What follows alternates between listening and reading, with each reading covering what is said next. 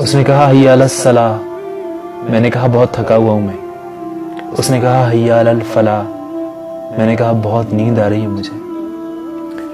اس نے کہا الصلاۃ خیر من النوم، میں نے تکیے کو سر کے نیچے دبایا اور سو گیا۔ پھر صبح 11-12 بجے میری آنکھ کھلی۔ آنکھ کھلتے ہی امی نے کہا بیٹا ناشتہ تیار ہے، کھا لو۔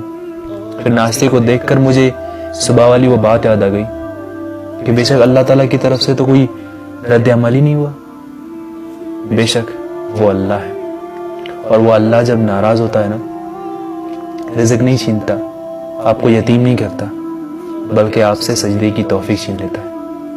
اب دیکھیے ہر گھر میں یہ ہوتا ہے، کسی نہ کسی منزل میں ہوتا ہے کہ لوگ بچوں کو، بہرحال بچے ہمارے بچے ہیں، ہم انہیں اپنا تو سمجھیں گے، مگر اپنا سمجھنے سے پہلے یہ یاد رکھنا چاہیے کہ یہ کسی کی عطا ہے۔ بس یہ خیال رہے، یہ خیال رہے، جتنے حقوق ہیں اولاد کے ماں باپ پر اور ماں باپ کے اولاد پر، ان حقوق میں بھی آخری حد کیا ہے؟ پروردگار عالم نے اولاد سے کہا ہے کہ ماں باپ کا احترام کرو، ان کی اطاعت کرو، ان کی ہر بات مانو سوائے اس بات کے جو حکم خدا سے ٹکراتی ہو۔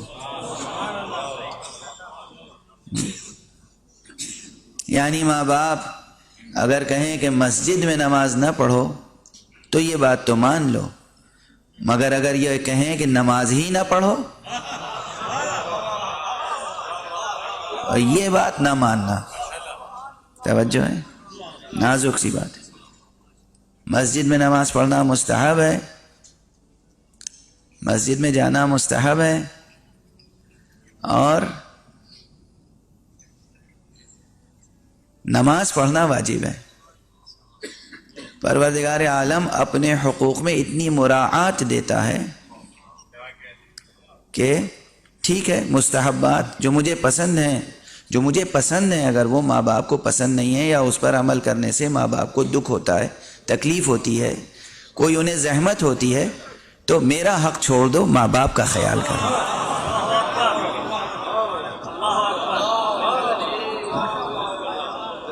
اور فرما رہے ہیں اللہ کو تو یہ پسند ہے کہ مسجد میں آ کے نماز پڑھو، مگر اگر ماں باپ کو تمہارے مسجد میں جانے سے تنہائی گھر میں محسوس ہوتی ہے، وہ سمجھتے ہیں بوڑھے ہیں، بزرگ ہیں، وہ سمجھتے ہیں بیٹا چلا گیا، گھر میں وحشت ہوتی ہے اکیلے، تو پھر مسجد میں نہ آؤ، پھر اپنا گھر آباد رکھو، ماں باپ کے انس کا خیال کرو، وہیں رہ کے نماز پڑھو، ہے نا؟ دیکھا آپ نے؟ اسی طرح والدین پر ہے کہ اولاد کی ہر خواہش پوری کرو سوائے اس خواہش کے جو تقاضائے توحید کے خلاف ہو۔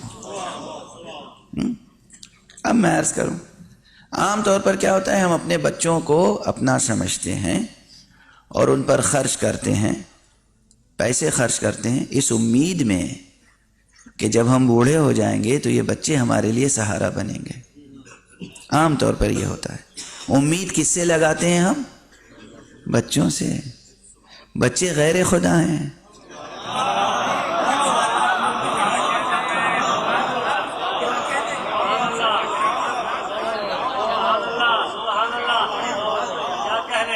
بچوں سے امید لگانا غیر خدا سے امید لگانا ہے۔ اسی لیے اللہ نے کہا کہ بچے حیات دنیا کی زینت ہیں، پیسہ حیات دنیا کی زینت ہے۔ باقیات الصالحات کا ذکر فوراً آ گیا۔ یہاں باقیات الصالحات کا جو اس کنٹیکسٹ میں ذکر آیا ہے اس کے معنی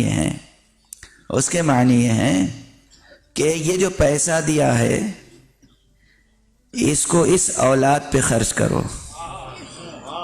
اولاد کی تربیت کرنا، صالح فرزند بنانا، صالح نسل بنانا، یہی باقیات الصالحات ہے۔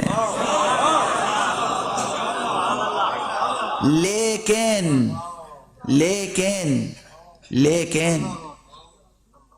ہمارا دیا ہوا پیسہ ہماری دی ہوئی اولاد پر خرچ کرو تو پھر اولاد سے امید نہ رکھنا، امید مجھ سے رکھنا۔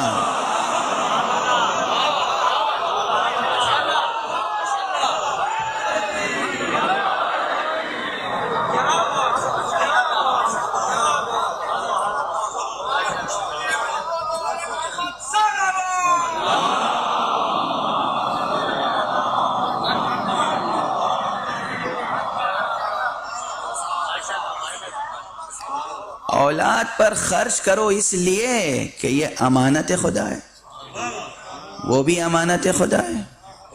اللہ نے اولاد دی ہے، اولاد کی تربیت قربتاً الی اللہ کرو کہ یہ اللہ کی امانت ہے، ضائع نہ ہونے پائے۔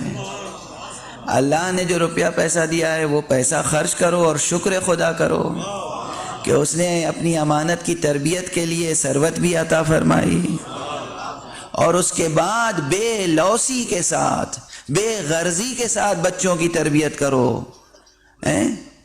جو کچھ بھی غرض اور امید ہے وہ خدا سے وابستہ رکھو۔ اس کا نتیجہ کیا ہوگا؟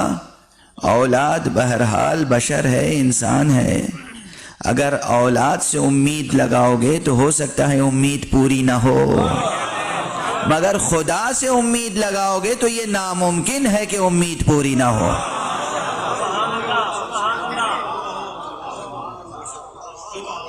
اور فرمایا بہرحال یہ ایک چھوٹا سا جملہ معترضہ تھا، طویل ہو گیا۔